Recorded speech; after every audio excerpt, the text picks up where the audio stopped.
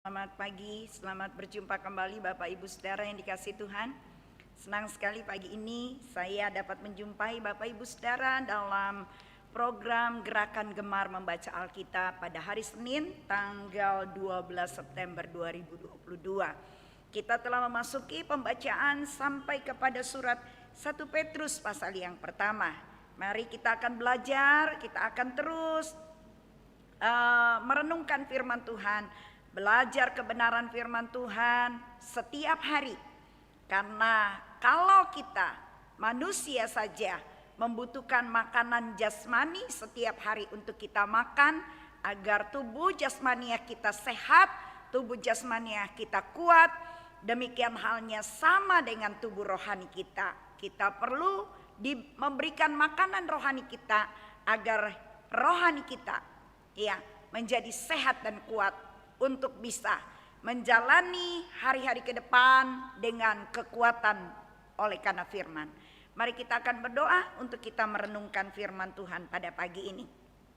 Ya Allah Bapa yang Maha Kekal, Bapa Raja di atas segala raja, Engkau Tuhan yang telah memilih kami, menetapkan kami untuk menjadi anak-anak Tuhan.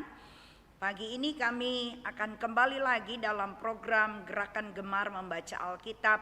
Setiap hari kami akan memberi makan rohani kami supaya kehidupan rohani kami menjadi sehat dan kuat. Kuat untuk menghadapi segala tantangan di akhir zaman ini. Sehat di dalam kehidupan rohani kami agar kami bisa bertumbuh, berkembang dan berbuah-buah dalam hidup kami.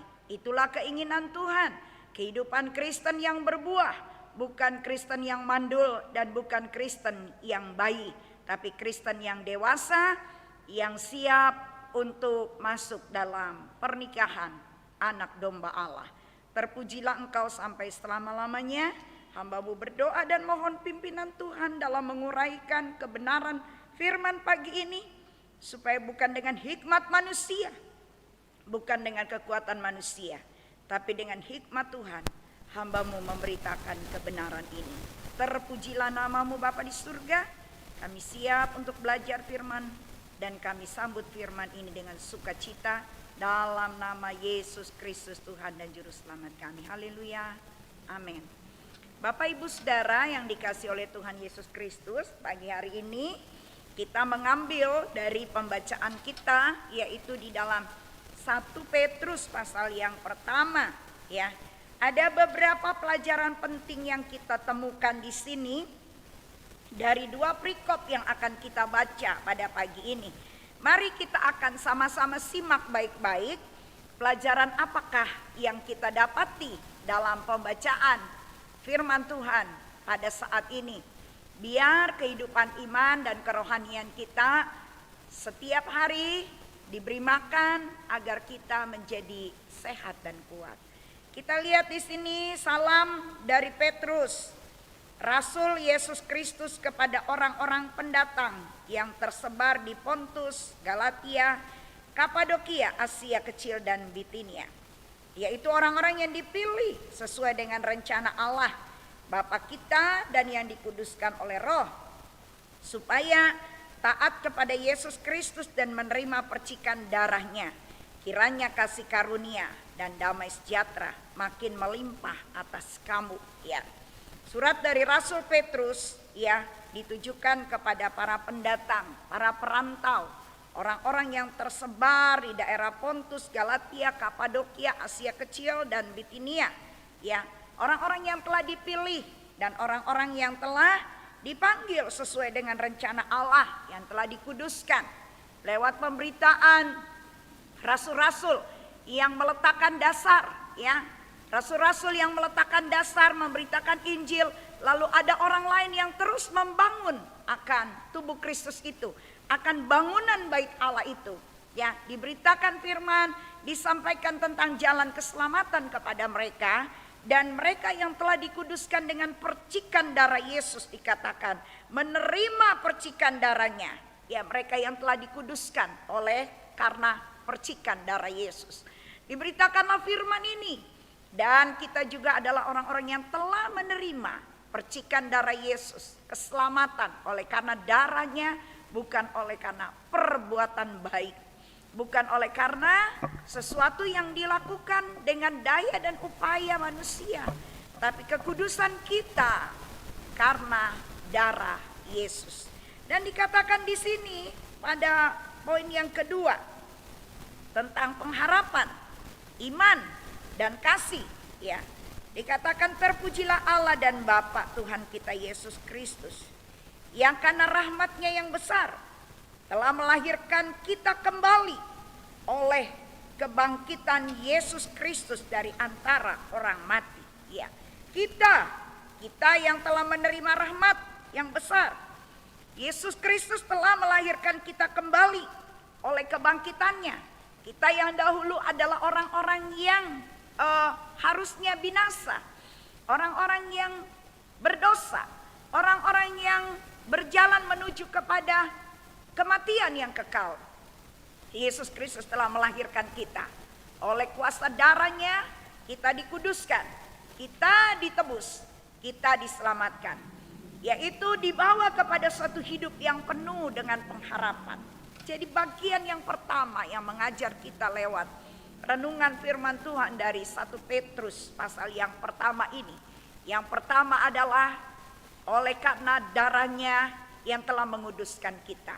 Yang kedua adalah pelajaran ini yang kita dapati adalah oleh karena Kristus telah melahirkan kita kembali menjadi sebuah ciptaan baru dalam kebangkitannya, ya, dalam kematiannya.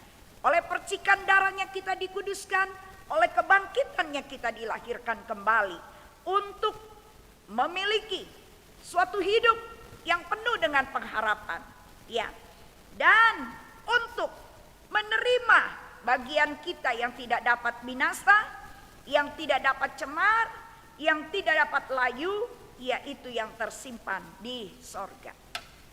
Poin-poin ini penting untuk kita pahami. Yesus Kristus yang telah memilih kita, orang-orang yang telah percaya kepadanya untuk dikuduskannya. Yang kedua, kebangkitan Yesus Kristus memberi kehidupan baru, ya, memberi kehidupan yang baru, kehidupan yang baru yang penuh dengan pengharapan, ya. Kehidupan yang baru seperti apa? Kehidupan yang akan menerima bagian yang tidak dapat binasa, bagian yang tidak cemar dan tidak dapat layu, yang tersimpan di sorga bagi kamu. Saudara, pagi ini kita belajar, bersyukurlah kepada Tuhan oleh karena kasih, oleh karena kebaikan Tuhan, oleh karena anugerah Tuhan. Saudara dan saya dapat menerima kekudusan oleh karena darah-Nya. Saudara dan saya dapat menerima sebuah pengharapan hidup, ya, pengharapan untuk menerima bagian yang tidak dapat layu, yang telah disiapkan oleh Allah Bapa di sorga. Dan kita yang dipelihara dalam kekuatan Allah karena imanmu, sementara kamu menantikan keselamatan yang tersedia untuk dinyatakan. Kita bukan hanya menerima yang penuh pengharapan, tapi kita juga dipelihara dalam kekuatan Allah. Karena apa? Karena iman. Kita dipelihara, kita bukan saja mendapat bagian yang disediakan Allah di dalam kerajaannya, tapi kita juga dipelihara dalam kekuatan Allah. Dikatakan untuk Dia atau memberikan kepada kita kekuatan untuk menantikan, ya, untuk menantikan keselamatan, untuk menantikan apa yang akan dinyatakan Tuhan pada akhir zaman ini. Karena itu, marilah kita sebagai orang-orang yang telah diselamatkan, berjuanglah dengan setia dalam menantikan semua yang telah dijanjikan Allah kepada kita. Jangan lemah iman kita, jangan lemah pengharapan kita, jangan menjadi lemah kasih kita kepada Tuhan. Dia pelihara kita, ayat ini dengan jelas berkata, yaitu kamu yang dipelihara dalam kekuatan Allah karena imanmu, sementara kamu menantikan keselamatan yang telah tersedia untuk dinyatakan pada akhir zaman. Tuhan akan memelihara kita dalam kesetiaannya oleh karena iman kita kepada Tuhan. Ayat 6 berkata, bergembiralah akan hal itu, sekalipun sekarang ini kamu seketika harus berduka cita oleh karena berbagai pencobaan. Maksud semuanya itu ialah untuk membuktikan kemurnian imanmu yang jauh lebih tinggi nilainya daripada emas yang fana, yang diuji kemurniannya dengan api, sehingga kamu memperoleh puji-pujian dan kemuliaan dan kehormatan pada hari Yesus Kristus menyatakan dirinya. Sekalipun kamu belum pernah melihat dia, namun kamu mengasihinya, kamu percaya kepada dia, sekalipun kamu sekarang tidak melihatnya. Kamu bergembira karena sukacita yang mulia, yang tidak dapat terkatakan. Karena kamu telah mencapai tujuan imanmu, yaitu keselamatan jiwamu. Keselamatan itulah yang diselidiki dan diteliti oleh nabi-nabi yang telah bernubuat tentang kasih karunia yang diuntukkan baginya. Dan mereka meneliti saat yang mana dan yang bagaimana yang dimaksudkan oleh Roh Kudus yang ada di dalam mereka, yaitu Roh yang sebelumnya memberi kesaksian tentang segala penderitaan yang akan menimpa Kristus dan tentang segala kemuliaan yang menyusul sesudah itu.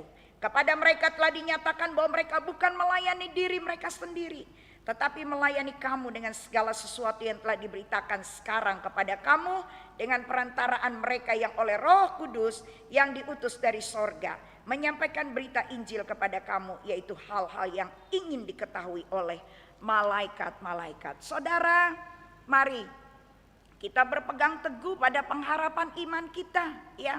Walaupun sekarang ini mungkin kita akan menghadapi berbagai-bagai macam hal, ya, dalam mengiring Tuhan, dalam iman kita kepada Tuhan.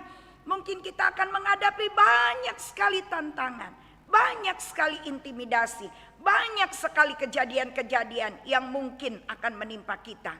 Tapi dikatakan firman Tuhan, maksud semuanya itu ialah untuk membuktikan kemurnian imanmu yang jauh lebih tinggi nilainya daripada emas yang fana, yang diuji kemurniannya dengan api, sehingga kamu memperoleh puji-pujian dan kemuliaan dan kehormatan pada hari Yesus Kristus menyatakan diri. Maksud dari semua penderitaan, tekanan yang kita alami saat ini sebagai orang-orang yang percaya kepada Tuhan adalah untuk membuktikan kemurnian iman kita kepadanya. Sekalipun saat ini kita menderita dengan berbagai-bagai tantangan. Maksud dari semua itu adalah hanya untuk membuktikan sebuah iman yang benar-benar murni dan berkualitas. Apakah kita tetap bertahan dalam ujian? Apakah kita bertahan dalam penderitaan? Apakah kita tetap bertahan di dalam tekanan-tekanan yang terjadi? Bila kita bertahan, bila kita tetap di dalam jalan Tuhan dan tetap mengiring Dia dengan setia, itulah maksud semuanya. Untuk melihat kualitas iman, kemurnian iman yang nilainya jauh lebih tinggi dari emas yang fana. Mari saudara, tetap pertahankan iman kita kepada Tuhan. Apapun yang kita alami di dunia ini dengan berbagai macam tantangan dan rintangan yang ada, maksud semua itu hanya untuk menguji nilai imanmu kepada Tuhan. Banyak orang hari-hari ini tidak bisa mempertahankan apa yang telah dipercayai dalam hidupnya. Imannya menjadi lemah, keyakinannya kepada Allah menjadi goyah. Kita jangan sampai mengalami hal yang seperti itu. Bertahanlah, tetap pegang keyakinan dan imanmu kepada Tuhan. Dia yang dikatakan akan memelihara kamu dengan kekuatannya. Jangan lemah, jangan menjadi putus asa. Tekanan, intimidasi, tantangan apapun, bawalah semuanya pada Tuhan. Tuhanlah yang akan menjadi kekuatan kita untuk bisa melewati semua kesulitan yang ada di dalam dunia ini. Poin yang kedua, kekudusan dan kasih persaudaraan. Sebab itu, siapkanlah akal bunimu, waspadalah dan letakkanlah pengharapanmu seluruhnya atas kasih karunia yang dianugerahkan kepadamu pada waktu pernyataan Yesus Kristus. Hiduplah sebagai anak-anak yang taat. Jangan turuti hawa nafsu yang menguasai kamu pada waktu kebodohan. tetapi hendaklah kamu menjadi kudus di dalam seluruh hidupmu, sama seperti Dia yang kudus, yang telah memanggil kamu. Sebab ada tertulis, kuduslah kamu sebab aku kudus. Poin yang berikutnya yang diajarkan kepada kita adalah agar kita sebagai anak-anak yang telah ditebus, hiduplah sebagai anak-anak yang taat. Jangan menuruti hawa nafsu. Poin ketiga. Poin yang pertama, kita telah dikuduskan dengan percikan darah Yesus. Poin yang kedua, kita telah dipanggil untuk mendapatkan suatu kehidupan kekal melalui kebangkitan Kristus. Dan Dialah yang memelihara kita dalam kekuatannya. Poin yang ketiga, firman Tuhan mengajak kepada kita hidup sebagai anak-anak yang taat. Jangan mengikuti hawa nafsu. Jangan mengikuti keinginan-keinginan daging. Karena hawa nafsu, keinginan daging membawa kepada kebinasaan. Tapi orang yang hidup menurut keinginan dan pimpinan Roh Kudus akan menerima keselamatan. Jangan bodoh, jangan jadi orang bebal, jangan jadi orang yang mengikuti keinginan hawa nafsu daging yang membawa kebinasaan. Ikutilah keinginan Roh, hiduplah di dalam pimpinan Roh. Dan firman Allah katakan, tetapi hendaklah kamu menjadi kudus di dalam seluruh hidupmu, sama seperti Dia yang kudus yang telah memanggil kamu. Sebab ada tertulis, kuduslah kamu sebab aku kudus. Inilah yang dikehendaki Tuhan. Saudara, Bapak dan Ibu dimanapun saudara semua berada, firman Tuhan mengingatkan kita, jangan hidup mengikuti hawa nafsu. Ingat, kita sudah disucikan oleh percikan darahnya. Kita telah diberikan pengharapan untuk menerima hidup yang kekal yang telah dijanjikan dan disiapkan Allah Bapa di surga lewat kebangkitan Yesus Kristus dari antara orang mati. Dan yang selanjutnya Tuhan ingin kita jangan mengikuti kehidupan hawa nafsu kita. Mari kita belajar taat dan hiduplah dalam kekudusan Tuhan. Karena Allah yang memanggil kita adalah kudus. Karena itu kuduslah kamu seperti apa yang tertulis dalam firman ini. Dan dikatakan, dan jika kamu menyebutnya Bapa, yaitu Dia yang tanpa memandang muka menghakimi semua orang, menurut perbuatannya, maka hendaklah kamu hidup dalam ketakutan selama kamu menumpang di dunia ini. Artinya saudara, Tuhan Allah yang kita sebut sebagai Bapa, Dia adalah Allah yang tidak memandang muka, tidak memilih-milih dalam hal menghakimi. Semua orang akan dihakimi menurut perbuatannya. Karena itu hendaklah kamu hidup dalam ketakutan, artinya dalam kekudusan. Gentarlah terhadap kekudusan Allah, gentarlah terhadap kemahakuasaan Allah. Selama kita ada di dunia ini, jangan permainkan kemurahan Allah. Artinya jangan mempermainkan kesempatan yang Allah masih berikan dengan terus-menerus hidup dalam dosa, dengan terus-menerus jatuh di dalam dosa. Mari hiduplah dalam kekudusan. Buatlah keputusan hari ini, jangan tunggu besok apalagi lusa. Buat keputusan, hidup takut akan Tuhan, hidup benar, hidup di dalam kesucian. Karena Allah tidak memandang bulu. Setiap orang akan dihakimi menurut apa yang diperbuatnya selama dia masih menumpang di bumi ini. Ini bukan kata saya, ini bukan kata manusia, tapi inilah firman yang mengatakan Allah tidak memandang bulu. Allah kita akan menghakimi sesuai dengan apa yang diperbuat oleh manusia. Maka sejak awal dari pembacaan ini kita sudah diingatkan, ingat kamu telah dikuduskan oleh darahnya. Ingat oleh karena kebangkitannya kamu telah diberikan pengharapan akan hidup kekal. Ingat apa yang Allah katakan adalah engkau harus kudus dalam seluruh hidupmu. Jangan mengikuti hawa nafsu, karena hawa nafsumu akan membawa kepada kebinasaan. Dan firman Allah berkata di sini, kalau engkau menyebutnya Dia adalah Bapa, Dia yang tanpa memandang muka menghakimi semua orang menurut perbuatannya, maka hendaklah kamu hidup dalam ketakutan selama kamu menumpang di dunia ini. Kita menyebutnya Bapa, berarti kita anaknya. Maka firman Allah katakan, kalau kamu sebut Dia Bapa, hiduplah sebagaimana Bapa hidup.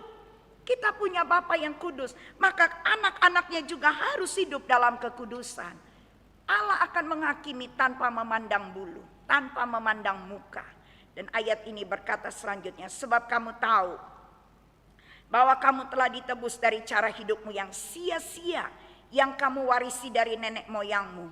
Itu bukan dengan barang yang fana, bukan pula dengan perak dan emas, melainkan dengan darah yang mahal, yaitu darah Kristus yang sama seperti darah anak domba yang tak bernoda dan tak bercacat. Ia telah dipilih sebelum dunia dijadikan, tetapi karena kamu baru menyatakan dirinya pada zaman akhir, oleh dialah kamu percaya kepada Allah yang telah membangkitkan dia dari antara orang mati dan yang telah memuliakannya, sehingga imanmu dan pengharapanmu tertuju kepada Allah. Karena kamu telah menyucikan dirimu oleh ketaatan kepada kebenaran, sehingga kamu dapat mengamalkan kasih persaudaraan yang tulus ikhlas. Hendaklah kamu bersungguh-sungguh saling mengasihi dengan segenap hatimu, karena kamu telah dilahirkan kembali bukan dari benih yang fana, tetapi dari benih yang tidak fana, yaitu oleh firman Allah yang hidup dan yang kekal. Sebab semua yang hidup adalah seperti rumput, dan segala kemuliaannya seperti bunga rumput. Rumput menjadi kering dan bunga gugur, tetapi firman Tuhan tetap untuk selama-lamanya.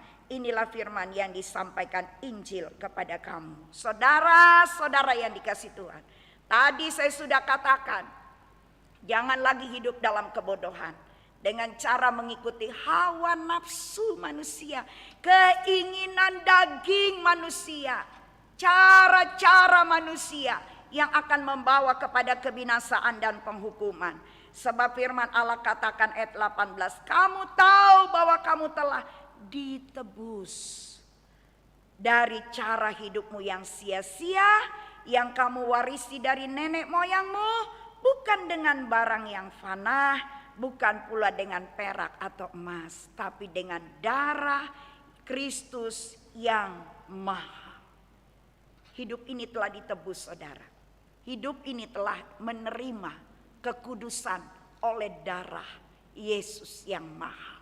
Bukan dengan emas, bukan dengan perak, bukan dengan barang-barang dunia yang fana, tapi dengan darah Yesus yang mahal. Karena itu, marilah kita sebagai orang-orang yang telah ditebus, yang telah diselamatkan, disucikan dari segala dosa dan pelanggaran kita, hiduplah dengan bijaksana. Marilah kita pergunakan hidup yang ada ini. Firman Allah katakan manusia hidupnya seperti rumput, seperti bunga, seperti uap yang sebentar kelihatan lalu lenyap. Maka dengan hidup yang singkat ini, persembahkanlah untuk Tuhan. Berikanlah sebagaimana Tuhan Yesus telah memberikan hidupnya untuk kita. Berikanlah hidup kita untuknya. Permuliakanlah Tuhan lewat hidup kita. Layanilah Tuhan lewat hidup kita. Kita masih kuat, kita masih sehat. Layanilah Tuhan. Beri yang terbaik buat Tuhan. Persembahkan hidup yang kudus buat Tuhan. Jangan cemarkan lagi kehidupan yang telah disucikan oleh Tuhan ini. Jangan lagi kita cemarkan. Mari hidup dalam kekudusan. Jangan anggap remeh kemurahan Tuhan. Jangan anggap remeh anugerah Tuhan. Apa yang Tuhan masih percayakan selama kita menumpang di dalam dunia ini, suatu kali akan kita pertanggungjawabkan di hadapan Tuhan. Saya tidak menakut-nakuti, saya tidak memberikan ini atas dasar sesuatu yang tidak berdasarkan kepada firman. Tapi Alkitab telah mencatat, Allah tidak memandang muka.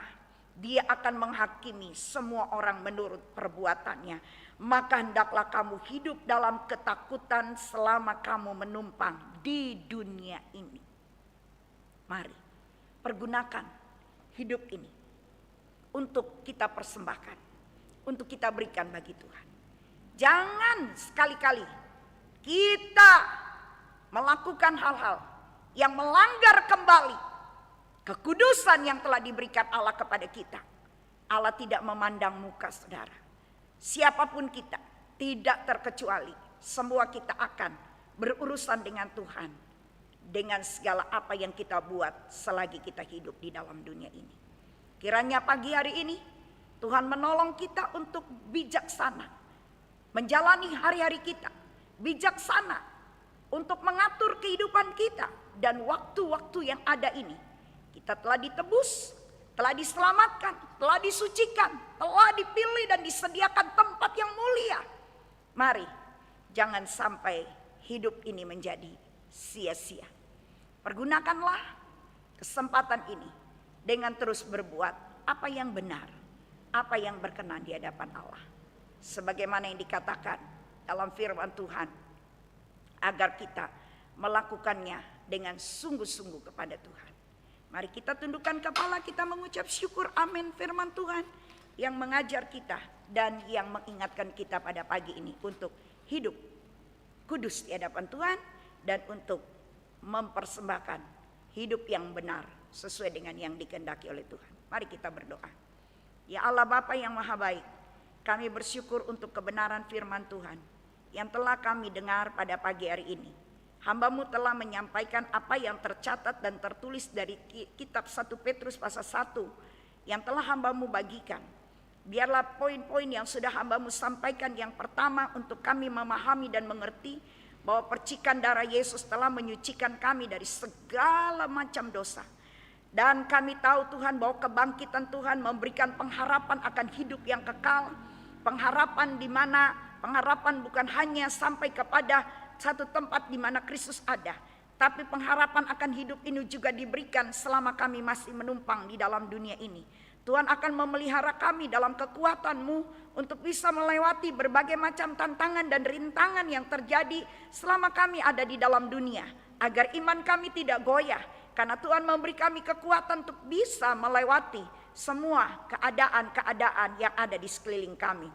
Bahkan Tuhan menginginkan kami yang telah disucikan, yang telah ditebus, yang telah diberikan pengharapan akan hidup kekal, untuk tidak melakukan hidup selama kami menumpang di dunia ini. Sebelum kami pulang kepada Tuhan, Tuhan ingin selama kami ada di dunia ini, jangan lagi mencemarkan hidup kami dengan dosa, dengan perbuatan kedagingan, hawa nafsu. Tapi Tuhan menginginkan kami hidup benar, hidup kudus, sama seperti Engkau yang adalah Bapa kami kudus dan benar. Tuhan ingin kami juga seperti Bapa kami, hidup kudus dan benar di hadapan Tuhan. Karena kami sadar Tuhan tidak memandang muka, tidak memandang bulu. Penghakiman akan jatuh kepada setiap kami. Karena itu ketika Engkau menghakimi kami, biarlah kami didapati Tuhan, kehidupan kami benar dan layak di hadapan-Mu. Tolong selama kami ada di dunia ini, sebelum Tuhan panggil kami, biarlah hidup kami senantiasa takut dan gentar akan Tuhan, yang dapat menghakimi, yang dapat menghukum manusia sesuai dengan apa yang diperbuat selama menumpang dalam dunia ini. Kuatkan kami ya Bapa. Hidup manusia tidak pernah ada yang tahu kapan kami dipanggil Tuhan, kapan kami mati. Karena itu manusia seperti rumput, seperti bunga yang kelihatan indah kemudian lenyap. Ajarkan kami untuk menghargai hidup yang masih ada ini, menghargai kemurahan Tuhan yang masih diberikan kepada kami ini, agar kami tidak mempermainkan waktu, mempermainkan kesempatan, mempermainkan kehidupan yang ada ini. Dengan sehat, dengan kuat, kami mau berikan hidup ini untuk Tuhan. Tolong kami, mampukan kami ya Roh Kudus, agar kami mampu menjadi orang-orang percaya yang dapat mempersembahkan hidup ini menjadi sebuah korban yang manis di hadapan Tuhan. Terpujilah Engkau Bapa, berkati kami semua yang telah bersama-sama merenungkan kebenaran firman pada pagi ini. Kami mengucap syukur di dalam nama Tuhan Yesus Kristus, dan Tuhan yang memberkati segala usaha pekerjaan apa yang kami lakukan pada hari ini. Haleluya. Amin. Shalom, Tuhan memberkati kita semua. Selamat kembali beraktivitas.